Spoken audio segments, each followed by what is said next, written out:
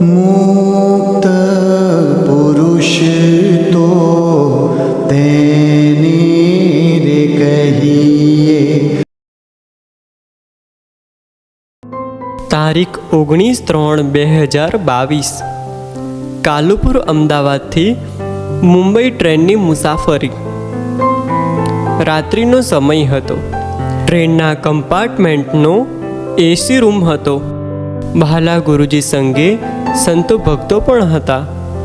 ગુરુજીએ સંતો હરિભક્તોને કથા વાર્તા કરી સુખ્યા કર્યા ને રાત્રિ શયન માટેની આજ્ઞા કરી. એસીની ઠંડક વધુ થવાને કારણે વિદેશથી આવેલા કિશોર મુક્તો ટૂંટીઓ વાળીને પોઢ્યા હતા. આ દ્રશ્ય જોતાં જ ગુરુજીએ પોતાનો ઓઢવાનો બ્લેન્કેટ તેમને ઓઢાડી દીધું. તેઓ પોતે આખી રાત ઓઢ્યા વગર રહ્યા ને ઊંઘ પણ ન આવી. ઠંડીના કારણે ગુરુજીના ચરણ પણ જકડાઈ ગયા હતા.